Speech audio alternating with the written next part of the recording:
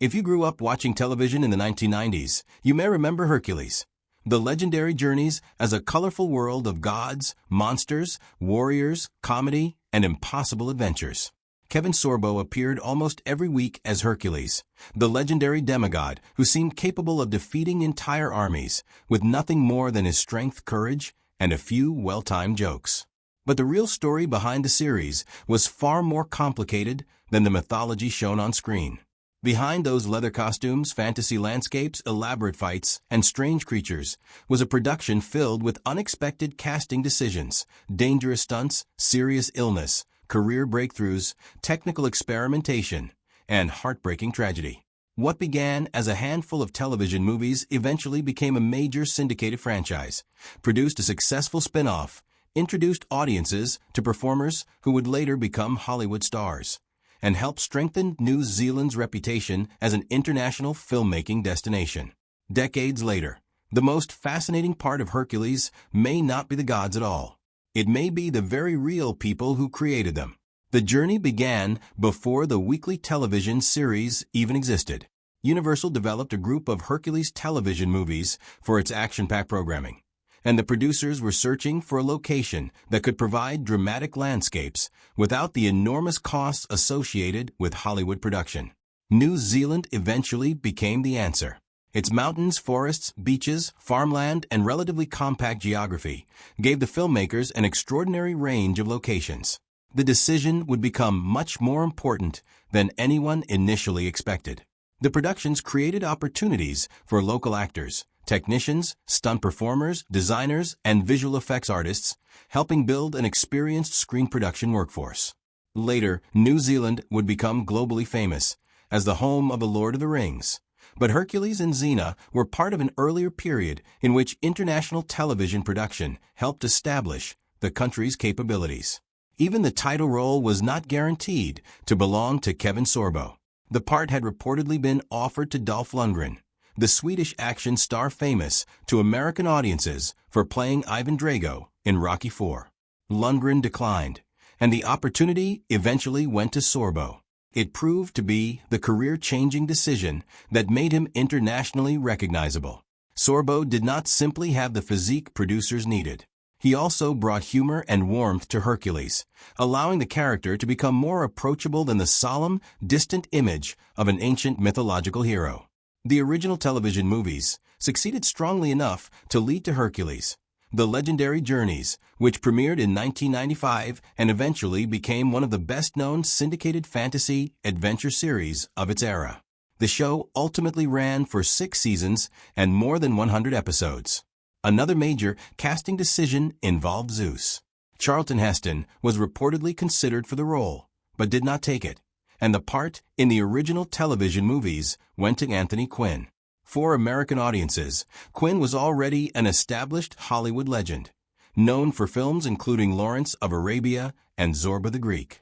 His appearance gave the early Hercules movies an unexpected connection to classic Hollywood. Quinn's Zeus was not simply a distant mythological father figure. He became part of Hercules' complicated family story, adding another layer to the otherwise playful adventure format. But the biggest surprise in the franchise was a character who was never supposed to become its next star. Xena first appeared as an enemy of Hercules. Lucy Lawless had already appeared in the Hercules universe in another role, but when the production needed someone to play Xena, circumstances suddenly worked in her favor. Vanessa Angel had originally been cast, but withdrew after becoming ill and being unable to travel to New Zealand. Because the production needed an available actress quickly, Lawless was contacted while she was away camping with her family. Within days, she was preparing for the role. The original plan for Xena was surprisingly limited. She was designed as a dangerous warrior who would appear in a 3-episode storyline and then die. Instead, audiences responded to her so strongly that producers began considering something nobody had originally planned, giving Xena her own series. Lawless later explained that Xena was intentionally different from Hercules. Hercules represented the ideal hero, while Xena was a damaged, morally complicated person trying to escape the consequences of her past. That imperfection became one of the character's greatest strengths.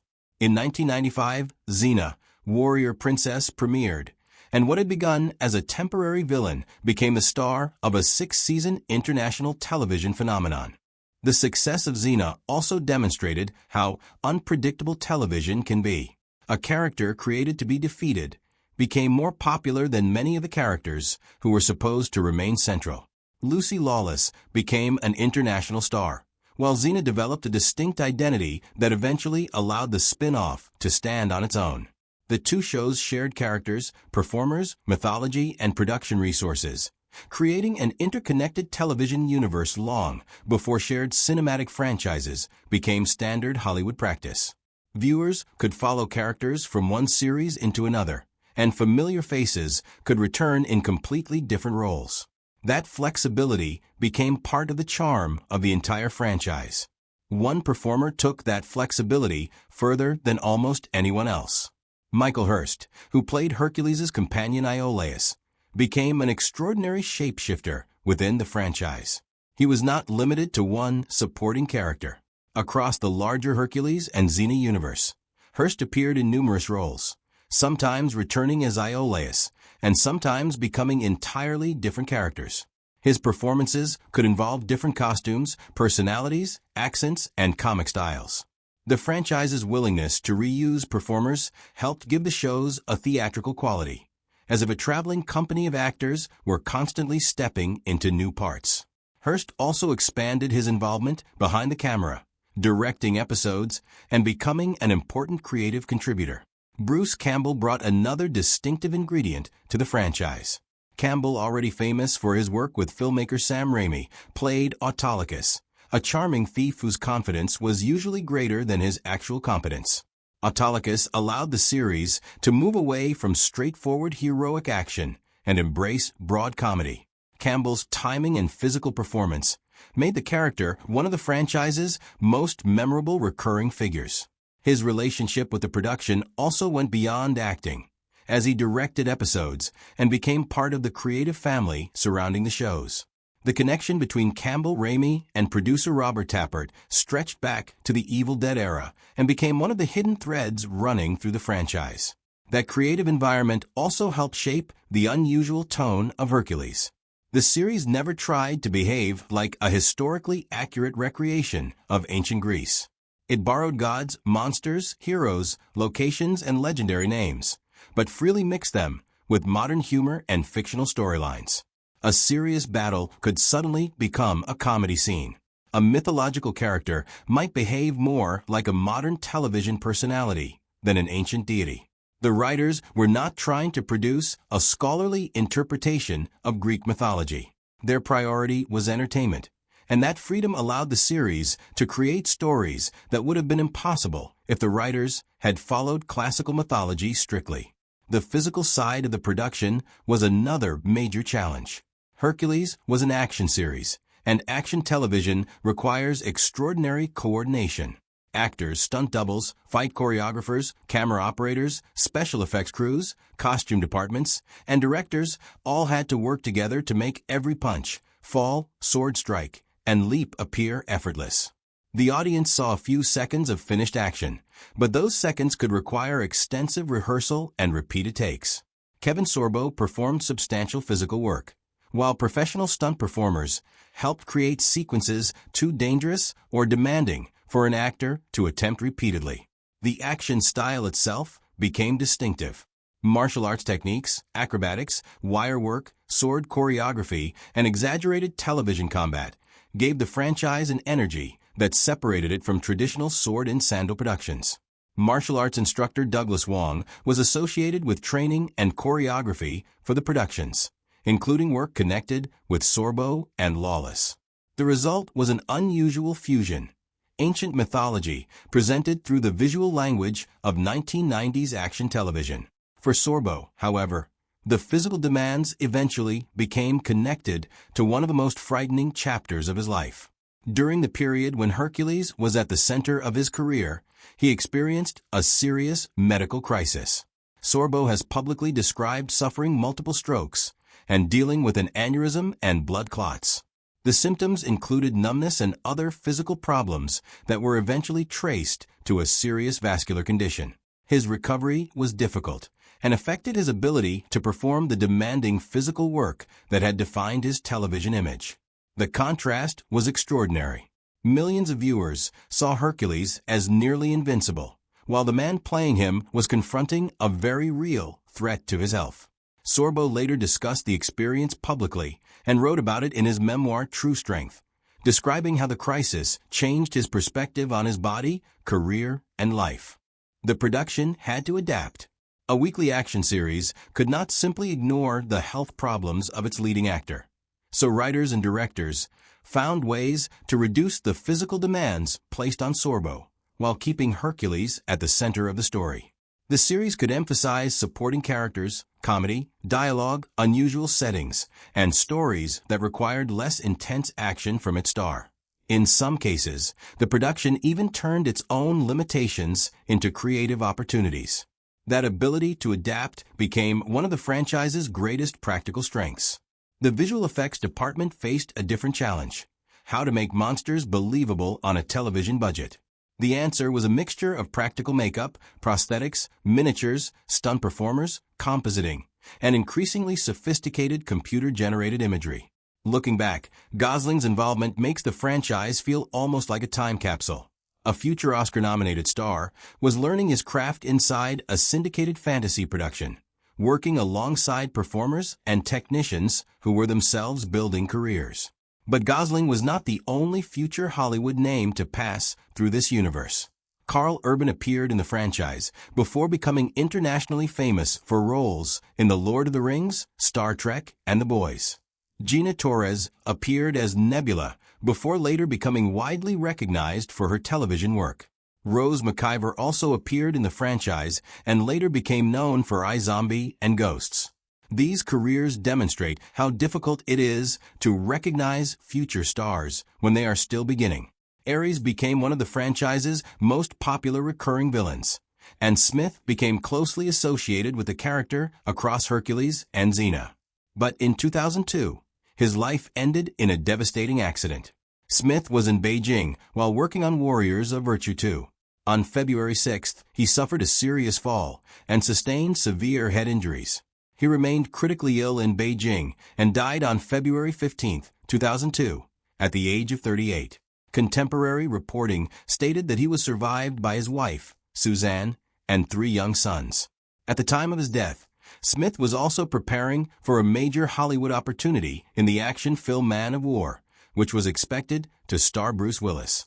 His career was still developing, and his death came at precisely the moment when bigger opportunities appeared to be opening.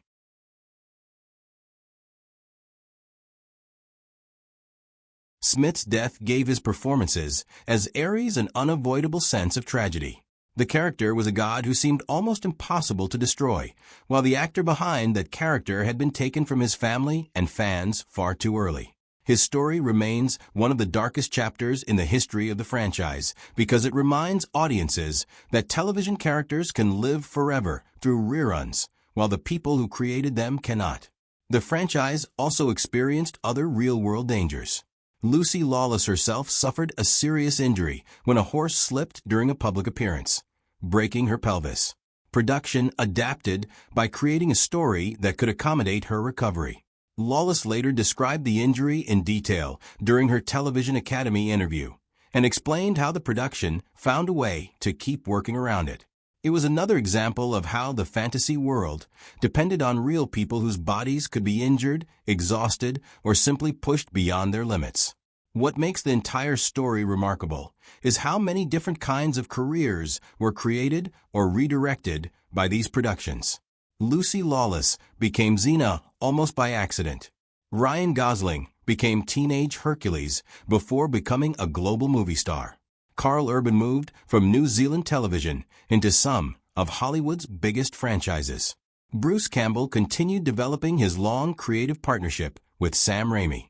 Michael Hurst demonstrated that an actor could become an important director and creative contributor. Kevin Smith transformed an interrupted rugby career into international acting recognition before his life ended tragically. And Kevin Sorbo, the man who appeared almost superhuman on television, was forced to confront a medical crisis that changed his life permanently. It was strange, colorful, exaggerated, sometimes deliberately ridiculous, and occasionally surprisingly emotional. It understood what its audience wanted: adventure, humor, heroes, villains, monsters, romance, and the feeling that anything could happen next week. But when the mythology is stripped away, a more powerful story emerges. The real Hercules was about people taking chances. It was about producers choosing New Zealand when other locations were being considered. It was about Kevin Sorbo receiving a role after another star passed on it. It was about Lucy Lawless being called while she was camping and unexpectedly becoming Xena. It was about performers turning small opportunities into major careers. It was about technicians learning how to create fantasy spectacle with limited resources.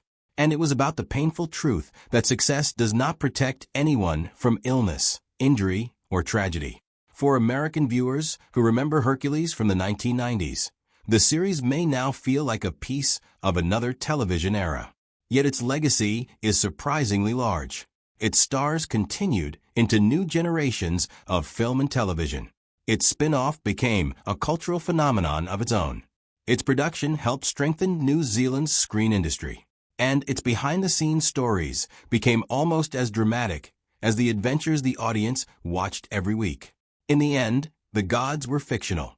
The monsters were costumes, prosthetics, stunt performers, miniatures, and visual effects. The ancient world was largely a carefully constructed illusion. But the ambition, injuries, opportunities, friendships, illnesses, careers, and losses behind that illusion were completely real. And perhaps that is the greatest secret of Hercules, the legendary journeys. The show promised audiences stories about legendary heroes overcoming impossible obstacles. Behind the camera, the people making the series were living through their own versions of those stories.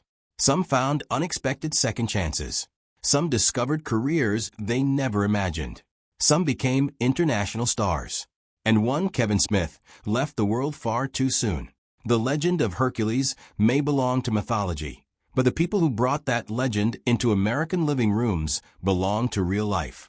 That is why, decades later, the story behind the show can still be more surprising, and sometimes more heartbreaking, than anything the hero ever faced on screen.